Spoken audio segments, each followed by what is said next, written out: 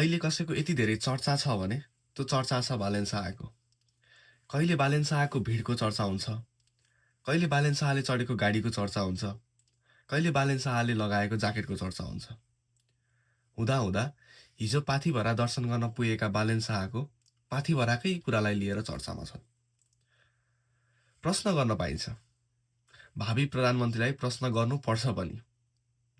तर यो भन्दै गर्दा उनको हिस्ट्री अलिकति केलाउने पो हो कि।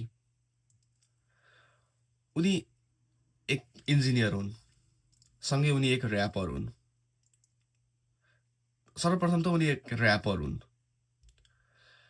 उनले एउटा गीत गाए बापत उनले एउटा गीत निकालेमा उनले लाखौँमा पैसा कमाउँछन्।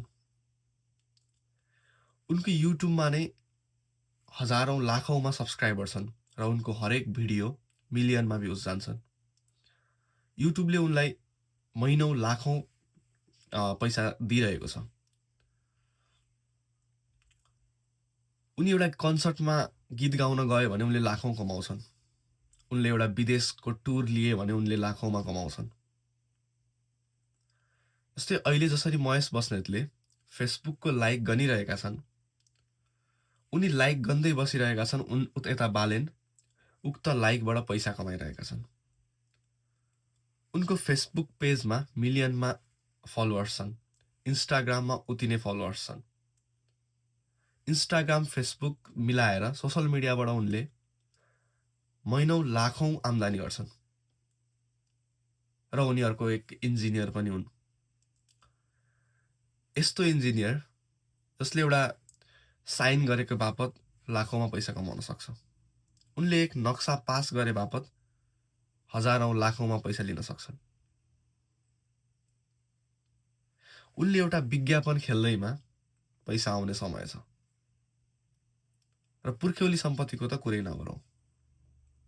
उनी एक धनाढ्य परिवारकै मा जन्मिएका व्यक्ति हुन्। त्यसकारण बालेन शाहले बुलेट प्रुफ डिफेन्डर, जसलाई 7-8 करोड पर्छ भनेर नेपाली मार्केटमा चर्चा चलिरहेको छ, उक्त गाडी चढ्नुमा मलाई केही नौलो लाग्दैन।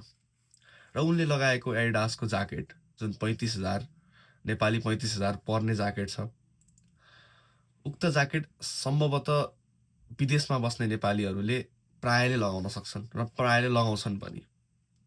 र उक्त 35,000 को ज्याकेट लगाउनुमा बालेनले लगाउनुमा कुनै नौलो पनि छैन। र यता पाथिभरा जहाँसम्म